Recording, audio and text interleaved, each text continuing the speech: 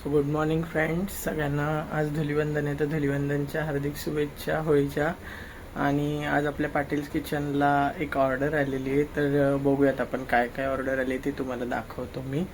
तर तुम्हालाही अशा ऑर्डर्स करायच्या असतील तर माझं एक पॅम्पलेट मी अपलोड केलेलं आहे आपल्या इंस्टाग्रामला आणि यूट्यूबला सुद्धा. त्याच्यावरनं तुम्ही ऑर्डर करू शकता. जर तुम्ही ठाणे ईस्टला किंवा वेस्टला राहताय तर तुम्हाला ऑफलाईन ऑर्डर्स मिळून जातील. तर बघूयात आपण आज काय काय ऑर्डर आहे आपली.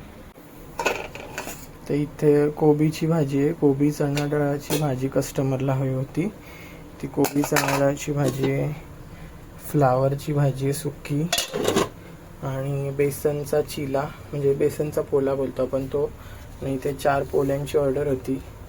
पुरणपोळ्या आहेत आणि नाचणीच्या आणि ज्वारीच्या भाकरी. ते इथे बघू शकता तुम्ही, मस्त अशा मऊ लुसलुशीत आहेत भाकरी.